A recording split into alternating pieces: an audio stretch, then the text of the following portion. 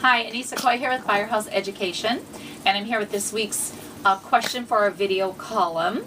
And the question that came in, someone asked me, doesn't directly have to do, I guess, with content cleaning and structure cleaning, but yet it has to do with the business. So I want to talk about it. And it's a good question.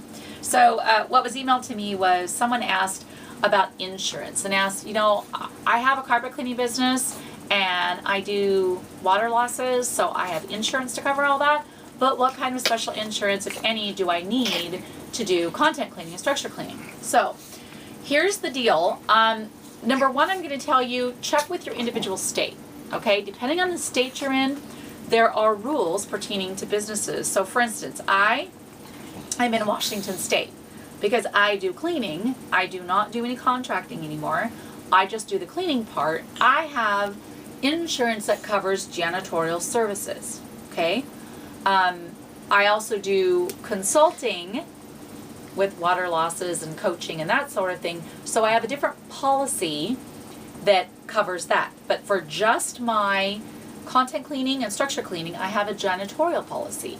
Way less expensive than to say, hey, I'm a restoration contractor and I need insurance for that. Okay? So if you're already doing water losses and you have that coverage, then that's good. You've actually got the most expensive part covered right there, if that's the case. That and mold are the more expensive parts of restoration insurance. So for the cleaning, and again, I'm going to preempt this is for my state. Those are my requirements, all right, based upon the licensing that I need to perform those services. So what you need to do is check with your state.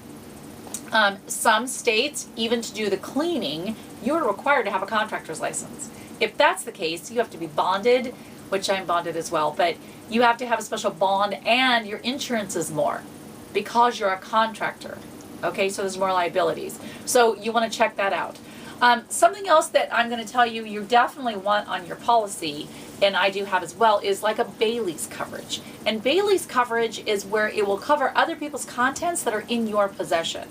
So let's say I'm cleaning Jane Smith's house and I have her contents in my warehouse or in my storage facility, whatever, and they get broken into and stolen, or a fire happens, God forbid, and they all burn up, or that sort of thing. My insurance, my Bailey's insurance, will cover those contents because I'm liable because they're in my possession. So you have to make sure you have that kind of coverage.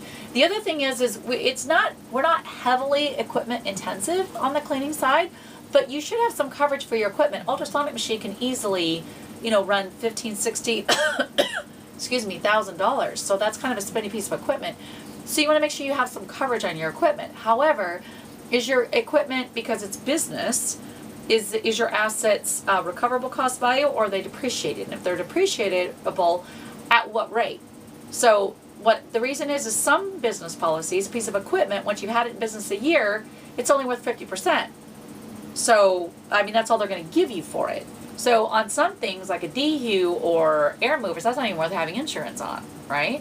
So you want to check that out. So to answer your question, in my state, there's not a special insurance per se, but I do have a policy, a janitorial policy for my cleaning, and a Bailey's coverage when I have other people's contents in my possession, so that I am covered on that. So you need to check with your individual state and what those requirements are. All right? The cool part about doing content cleaning and structure cleaning is it's actually the lesser expensive part of restoration to get insurance for, so that's kind of cool. And it's the high profit stuff, so go figure. Anyway, I hope you enjoyed this week's column, and I hope that answered your question well. If you have any other questions about insurance coverage, please don't hesitate to email me at anissa@firehouseeducation.com, or please leave a comment below. We love for you to let us know what you think of the videos. If you have any other questions, I'm always looking for new fun questions to answer and videos to do. So please be sure and let me know. Be sure and subscribe on our magonline.com for the e-newsletter, web exclusives. Go under web exclusives, the website just changed, and subscribe to the e-newsletter if you aren't already. So I will let you go with that. I thank you so much for watching the video and spending time with me. And till next time, I will see you on the next video.